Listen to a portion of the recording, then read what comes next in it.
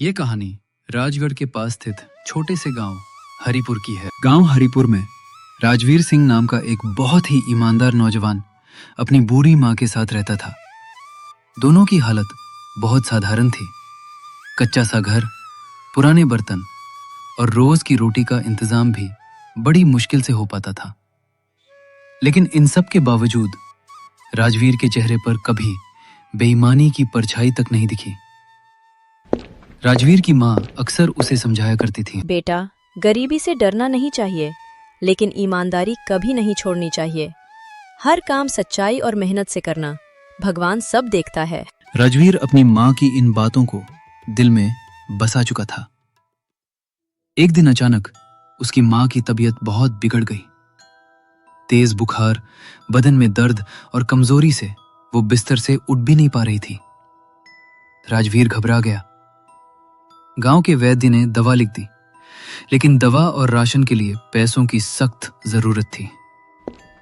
राजवीर सुबह सुबह काम की तलाश में निकल पड़ा। वो एक एक घर गया, खेतों तक गया, दुकानों पर पूछा, कोई काम हो तो बता दीजिए। लेकिन हर जगह से उसे निराशा ही मिली। किसी ने कहा, अभी काम नहीं है। तो किसी ने कहा, कल आना। तो किसी ने बिना सुने ही भगा दिया। शाम होते होते राजवीर थक चुका था। मन में चिंता का सागर उमड़ रहा था। अब माँ की दवा कैसे आएगी? अगर आज कुछ ना हुआ तो। वो गांव के बाहर एक बड़े पेड़ के नीचे जाकर बैठ गया। सर झुकाए वो बस यही सोच रहा था कि तभी उसकी नजर थोड़ी दूर खड़े एक बूढ़े व्यक्ति पर पड़ी। वो बूढ़ा व्यक्ति एक बहुत भारी बोरे को देख रहा था। कभी बोरे को उठाने की कोशिश करता, कभी कमर पकड़कर बैठ जाता। उसकी आंखों में लाचारी साफ झलक रही थी। राजवीर तुरंत उठ खड़ा हुआ। वो बूढ़े के पास गया और बोला, बाबा, क्या बात है? आप चिंतित नजर आ रहे हैं। क्या मैं आपकी कुछ मदद कर सकता हूँ? बूढ़े व्यक्ति ने कहा, बेटा, ये बोरा बहुत भारी है, इसे घर तक ले जाना है, पर मुझसे उठ नहीं रहा। राजवीर ने बिना एक पल सोचे वो बोरा अपने कंधे पर उठा लिया। बाबा, आप चिंता मत कीजिए, ये बोरा मैं खुद आपके घर तक पहुंचा दूंगा। आप बस आगे चलिए और रास्ता बता दीजिए। बोरे का घर काफी दूर था, लेकिन राजवीर एक शब्द भी शिकायत का नहीं बोला। घर पहुंचकर बूढ़े व्यक्ति की आंखें भर आईं। उसने आशीर्वाद देते हुए कहा, बेटा, भगवान तुम्हारा भला करे। राजवीर मुस्कुराया और बिना कुछ मांगे वहां से लौट गया। लेकिन ये सब कोई और भी देख रहा था। पास ही खड़ा एक तीसरा व्यक्ति, जिसने साधारण कपड़े पहन रखे थे, राजवीर की इस निस्वार्थ मदद से बहुत प्रभावित हुआ। वो चुपचाप राजवीर का पीछा करता हुआ उसके घर तक पहुंच गया। राजवीर जब घर पहुंचा तो मां को दवा के बिना तड़पते देख उसका दिल टूट गया। माँ, कैसी है आपकी तबीयत? क्या बुखार कुछ कम हुआ है? राजवीर, मैं ठीक हूँ। तू बता, तूने खाना खाया? तुझे कोई काम मिला बेटा? राजवीर ने उदासी भरे स्वर में कहा, नहीं माँ, अभी तो कोई काम नहीं मिला। मैंने हर जगह पूछा, लेकिन फिलहाल किसी के पास कोई काम नहीं है। पर माँ, आप चिंता मत कीजिए, मुझे बहुत जल्द कोई अच्छा काम मिल जाएगा और मैं आपके लिए दवाइयाँ भी ले आऊंगा। पर बेटा, तूने सुबह से कुछ नहीं खाया है, कुछ तो खा ले और थोड़ा आराम कर ले। ये सब बाहर खड़ा वो तीसरा आदमी सुन रहा था। ये सब सुनकर वो बोला, क्या मैं अंदर आ सकता हूँ? जी, कौन? आइए, अंदर आ जाइए। वो तीसरा व्यक्ति सामने आया और बोला, बेटा, मुझे तुम्हारे लिए एक काम है और मैं उस काम के लिए तुम्हें अच्छे पैसे भी दूंगा। ये सुनकर राजवीर के दिल में एक उम्मीद जागी। उसने बिना देर किए जल्दी से पूछा, जी बताइए, आप कौन हैं और आपको मुझसे क्या काम कराना है? मैं एक व्यवसायी हूँ। मुझे एक संदूक राजगढ़ के बाजार तक पहुँचवाना है। इसके बदले मैं तुम्हें अच्छे पैसे भी दूंगा। क्या तुम मेरा यह काम कर सकते हो? हाँ साहब, बिल्कुल, मैं आपका ये काम कर दूंगा। बताइए, वो संदूक कहाँ है? चलो बेटा, मेरे साथ चलो, मैं तुम्हें अपने घर ले चलता हूँ। वहां से तुम वह संदूक उठा लेना और उसे कल राजगढ़ के बाजार ले जाना। वहां तुम्हें एक व्यवसायी मिलेगा, मनोहर राय। उसे संदूक दे देना और वापस आ जाना। बस इतना ही काम है। चलिए साहब, अपने घर ले चलिए। मैं वो संदूक देख लेता हूँ और उसे बाजार तक पहुँचा दूंगा। चलो मेरे पीछे पीछे आओ। इतना कहकर वे दोनों व्यवसायी के घर जाने के लिए निकल पड़ते हैं। रास्ते में कुछ सवाल जवाब होते हैं। वो व्यवसायी राजवीर से बहुत सारे सवाल करता रहता है और राजवीर उनके सवालों के जवाब देता रहता है। इतने में उस व्यवसायी का घर आ जाता है। दोनों अंदर जाते हैं। वहां एक संदूक रखा होता है। व्यवसायी संदूक की तरफ इशारा करते हुए कहता है, देखो राजवीर, ये रहा वो संदूक जो तुम्हें राजगढ़ के बाजार लेकर जाना है। वहां तुम्हें व्यवसायी मनोहर राय मिलेगा, उसे ये संदूक दे देना। और हाँ, तुम इसे कल सुबह बाजार लेकर जाना।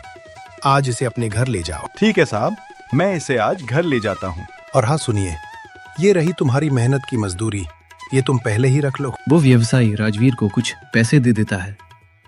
ये देखकर राजवीर बहुत खुश हो जाता है। फिर वो संदूक उठाने के लिए उसके पास जाता है और उसे अपने सिर पर रख लेता है। संदूक काफी भारी था और उसके अंदर से धातु के हिलने की आवाज आ रही थी। वो बिना कुछ बोले अपने घर की ओर निकल पड़ता है। राजवीर मन ही मन बहुत खुश होता है और सोचता है, ईश्वर का धन्यवाद, कम से कम कुछ पैसों का प्रबंध तो हो गया। अब इन पैसों से माँ की दवाइयाँ और थोड़ा सा राशन ले आऊंगा। उस भले व्यक्ति का बहुत बहुत आभार है जिन्होंने मुझे ये काम दिया और इस कठिन समय में सहारा बने। राजवीर घर पहुंचकर संदूक को एक कोने में रख देता है और फिर बाहर राशन तथा माँ की दवाइयाँ लेने चला जाता है। कुछ समय बाद वो राशन और दवाइयाँ लेकर घर लौटता है और माँ को दवा देते हुए सारी बात विस्तार से बता देता है। माँ राजवीर को समझाते हुए कहती है, बेटा, काम हमेशा ईमानदारी से करना, कभी कोई गलत काम मत करना और अपनी मेहनत की कमाई ही खाना। राजवीर माँ से कहता है, जी माँ, मैं ऐसा ही करूंगा। कल सुबह ये संदूक बाजार ले जाकर दे दूंगा। अब आप आराम कीजिए। इतना कहकर दोनों सो जाते हैं। अगले दिन राजवीर वो संदूक लेकर राजगढ़ के लिए निकल पड़ा। राजगढ़ का बाजार बहुत बड़ा था। उसने एक एक दुकान पर पूछा, क्या यहाँ मनोहर राय नाम के व्यापारी रहते हैं? मनोहर राय? नहीं बेटा, यहाँ मनोहर राय नाम का कोई व्यापारी नहीं है। राजवीर दुकानों दुकानों पर जाकर सबसे पूछता रहा कि मनमोहर राय कहाँ मिलेंगे, लेकिन कोई भी उसे नहीं जानता था। शाम तक पूरा बाजार छान लेने के बाद भी जब कुछ पता नहीं चला तो राजवीर परेशान हो गया। वो थक हार कर नीचे बैठ गया और सोचने लगा, साहब ने तो कहा था कि व्यापारी मनोहर राय यहीं मिलेंगे, लेकिन यहाँ तो लोग बता रहे हैं कि इस नाम का कोई व्यापारी ही नहीं है। यह कैसे हो सकता है? अब शायद मुझे वापस साहब के घर जाना होगा और यह संदूक उन्हें लौटा देना होगा। ये कहकर वो व्यापारी के घर की ओर निकल पड़ता है। सफर काफी लंबा था और वो बहुत थक भी गया था, लेकिन फिर भी बिना रुके अपनी जिम्मेदारी पूरी करने के लिए वो व्यापारी के घर पहुंच जाता है। जब राजवीर व्यापारी के घर पहुंचता है तो देखता है कि वो घर बंद है। वो आसपास खड़े लोगों से उस व्यापारी के बारे में पूछता है। भैया जी, यहाँ एक व्यापारी रहते हैं, वे कहाँ मिलेंगे? ये सुनकर लोग कहते हैं, यहाँ तो कोई भी नहीं रहता। ये घर तो सालों से खाली है। यहाँ कोई व्यापारी नहीं रहता। ये सुनकर राजवीर चौंक जाता है और गहरी सोच में पड़ जाता है। अब मैं क्या करूं? ये अमानत कहाँ लेकर जाऊं? चलो ऐसा करता हूं, आज इसे घर ही रख लेता हूं। कल साहब को ढूंढने की कोशिश करूंगा। इतना कहकर वो अपने घर की ओर निकल जाता है। वो संदूक लेकर घर तो जा रहा होता है, लेकिन उसके मन में बहुत से सवाल चल रहे होते हैं कि आखिर साहब गए कहाँ? साहब ने तो कहा था कि बाजार में मनोहर राय मिलेंगे, लेकिन वहां सबने यही बताया कि मनोहर राय नाम का कोई व्यापारी बाजार में नहीं है। यह कैसे हो सकता है? और साहब ने मुझे पैसे भी दे दिए थे। न जाने इस संदूक में क्या होगा। इन्हीं सवालों और संदूक को लेकर वो घर पहुंच जाता है और फिर सारा मामला अपनी माँ को बता देता है। माँ कहती है, बेटा, ये अमानत है, इसे संभाल कर रखो और उस व्यापारी के आने का इंतजार करो। ये अमानत हमें उन्हें वापस करनी है। वो ऐसा ही करता है। संदूक को एक कोने में रख देता है और मन ही मन सोचता है कि ये जिम्मेदारी मुझे पूरी करनी होगी। मुझे यही संदूक साहब तक पहुंचाना होगा, लेकिन साहब मिलेंगे कहाँ? राजवीर की माँ राजवीर को समझाते हुए कहती है, बेटा, रात हो गई है, तुम खाना खाकर सो जाओ और ज्यादा मत सोचो। वो व्यापारी यहाँ आ जाएगा, उन्होंने हमारा घर देखा है, ये संदूक यहीं से ले जाएंगे। वो कहता है, हाँ माँ, आप सही कह रही हो। साहब ने हमारा घर तो देखा ही है, वो यहीं आ जाएंगे और मैं भी उन्हें ढूंढने की कोशिश करूंगा। राजवीर और उसकी माँ खाना खाने बैठ जाते हैं। वो खाना खाकर सोने लगते हैं। माँ तो सो जाती है, लेकिन राजवीर के दिमाग में अब भी वही सब चल रहा होता है कि जिस घर से मैंने संदूक लिया था, लोग कह रहे थे कि वहां अब कोई नहीं रहता, पर ऐसा कैसे हो सकता है? यही सब सोचते सोचते रात बीत जाती है और दिन निकल आता है। वो सुबह सुबह घर से निकल पड़ता है व्यापारी के घर की ओर। वहां पहुंचकर वो और लोगों से भी पूछता है कि वो व्यापारी कहाँ मिलेंगे, लेकिन सब लोग यही कहते हैं कि यहाँ कोई नहीं रहता, ये घर तो काफी समय से खाली है। वो निराश होकर वापस आ जाता है। इसी तरह समय बीतता रहता है। राजवीर बहुत ढूंढने की कोशिश करता है, लेकिन व्यापारी नहीं मिलता। देखते ही देखते 1 महीना बीत जाता है। अब राजवीर भी अपने कामों में लग जाता है और वो संदूक ऐसे ही रखा रहता है। एक दिन अचानक एक आवाज आती है, राजवीर, क्या तुम अंदर हो? राजवीर बाहर आकर देखता है तो वही व्यापारी खड़ा होता है, लेकिन इस बार वो व्यापारी राजा के वस्त्रों में होता है। राजवीर उसे देखकर चौंक जाता है। व्यापारी कहता है, बेटा राजवीर, चौंको मत। मैं राजगढ़ का महाराज देवराज सिंह हूँ और मैं अपनी प्रजा में से एक ऐसे व्यक्ति की तलाश में था जो दयालु, ईमानदार और बुद्धिमान हो। मैंने तुम्हें उस बूढ़े की मदद करते हुए देखा था, इसलिए मैंने तुम्हारी परीक्षा लेने के लिए वह संदूक तुम्हें दिया था। लेकिन तुम उसे वापस करने राजमहल क्यों नहीं आए? पर महाराज, मुझे कैसे पता चलता कि आप ही महाराज हैं और वह संदूक महल लेकर आना है? क्यों राजवीर, क्या तुमने उस संदूक को खोलकर नहीं देखा? उसमें सोने की मुद्राएं थीं और ऊपर एक चिट्ठी रखी थी जिसमें हमने सब कुछ लिखा था कि उसे महल लेकर आना है। क्या तुमने उस चिट्ठी को नहीं पढ़ा? नहीं महाराज, वो अमानत आपकी थी और मेरी माँ कहती हैं कि किसी की अमानत उसे पूछे बिना नहीं खोलनी चाहिए, इसलिए मैंने उसे नहीं खोला। ये सुनकर महाराज बहुत खुश होते हैं और राजवीर को महल आने के लिए आमंत्रित करते हैं। राजवीर तुरंत महल जाने के लिए तैयार हो जाता है। राजवीर महाराज के दरबार में पहुंचता है। वहां महाराज और पूरे दरबार में बैठे दरबारी ऐसे प्रतीत होते हैं मानो सबको राजवीर का ही इंतजार हो। राजवीर महाराज को प्रणाम करता है।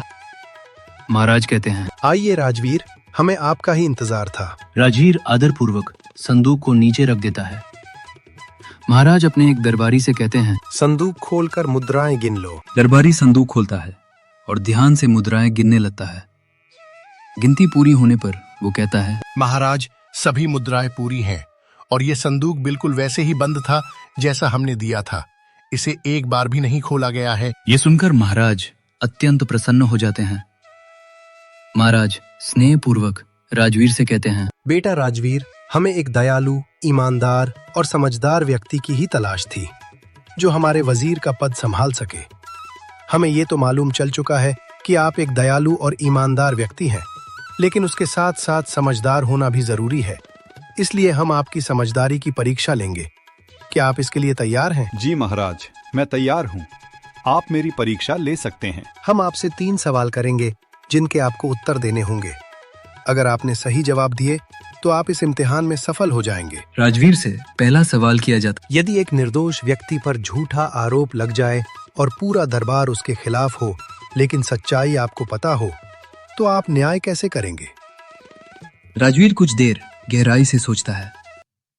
पूरे दरबार में सन्नाटा छा जाता है। महाराज और सभी दरबारी राजवीर की ओर ध्यान लगाए देखते रहते हैं। फिर राजवीर आदरपूर्वक उत्तर देता है, महाराज, यदि एक निर्दोष व्यक्ति पर झूठा आरोप लगाया गया हो और पूरा दरबार उसके विरुद्ध हो, लेकिन सच्चाई मुझे पता हो, तो मैं बिना किसी भय या पक्षपात के सत्य को सामने लाऊंगा। मैं प्रमाणों और गवाहों के आधार पर न्याय करूंगा। क्योंकि न्याय तभी सच्चा होता है जब वह भीड़ के मत से नहीं बल्कि सच पर आधारित हो। ये उत्तर सुनकर महाराज संतोष भरी दृष्टि से सिर हिलाते हैं। दरबार में हल्की सी सराहना की फुसफुसाहट बिल्कुल सही गूंज जवाब उठती है। इसके बाद महाराज दूसरा सवाल करते हैं। यदि राज्य का खजाना सीमित हो और एक ओर युद्ध की आवश्यकता हो जबकि दूसरी ओर प्रजा भूखी हो, तो आप पहले किसे प्राथमिकता देंगे और क्यों? राजवीर इस प्रश्न पर कुछ क्षण मौन रहता है। वो नीचे दृष्टि करके सोचता है, फिर आत्मविश्वास के साथ बोलता है। महाराज, मैं सबसे पहले प्रजा की भूख मिटाने को प्राथमिकता दूंगा, क्योंकि भूखी प्रजा न तो राज्य को मजबूत बना सकती है और न ही युद्ध का सामना कर सकती है। संतुष्ट और स्वस्थ प्रजा ही राज्य की सच्ची शक्ति होती है। ये सुनते ही महाराज के चेहरे पर प्रसन्नता की मुस्कान फैल जाती है।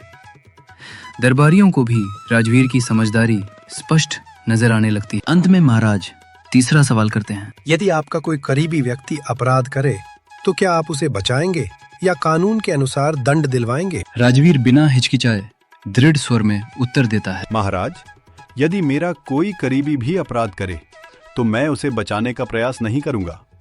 मैं उसे कानून के अनुसार दंड दिलवाऊंगा, क्योंकि न्याय में अपने पराये का भेद करना सबसे बड़ा अन्याय है। यदि वजीर स्वयं पक्षपात करेगा तो प्रजा का विश्वास राज्य से उठ जाएगा। ये उत्तर सुनकर महाराज अत्यंत प्रसन्न हो जाते हैं। वे अपने आसन से उठते हैं और कहते हैं, राजवीर, आपके सभी उत्तर बिल्कुल सही हैं। हमें तो पहले से ही आपकी बुद्धिमानी पर भरोसा था, लेकिन ये प्रश्न हमने आपकी समझदारी को महल में सबके सामने प्रमाणित करने के लिए किए थे, और आप इस परीक्षा में पूरी तरह सफल हुए हैं। महाराज दरबारियों की ओर देखकर आगे कहते हैं, आज से राजवीर हमारे राज्य का वजीर होगा। ये घोषणा सुनते ही पूरा दरबार महाराज की जय के नारों से गूंज उठता है। राजवीर विनम्रता से सिर झुकाकर महाराज को प्रणाम करता है। उसकी आंखों में कृतज्ञता और हृदय में सेवा का संकल्प झलक रहा होता है। महाराज स्नेहपूर्वक कहते हैं, बेटा, सदा सत्य और न्याय के मार्ग पर चलना। राज्य तुम्हें नहीं, तुम राज्य को संभालोगे। और इसी संकल्प के साथ राजवीर के जीवन का एक नया अध्याय आरंभ होता है, जहां सत्ता नहीं, सेवा उसका धर्म बन जाती है। तो दोस्तों, इस कहानी से हमें यही सीख मिलती है कि सिर्फ ईमानदार होना ही काफी नहीं होता, बल्कि सही समय पर सही फैसला लेने की समझ होना भी उतना ही जरूरी होता है। राजवीर ने हमें सिखाया कि न्याय भीड़ की आवाज से नहीं, सच और विवेक से होता है, और जो व्यक्ति अपने और पराये में फर्क नहीं करता, वही सच्चे अर्थों में सत्ता के योग्य होता है। याद रखिए, जिसके दिल में दया हो, जिसके कर्म में ईमानदारी हो और जिसकी सोच में समझदारी हो, वही व्यक्ति जीवन में ऊंचे पद तक पहुंचता है। अगर आपको ये कहानी पसंद आई हो तो इसे अपने दिल में जरूर उतारिए, क्योंकि कभी न कभी जिंदगी भी हमसे ऐसी ही एक परीक्षा लेती है।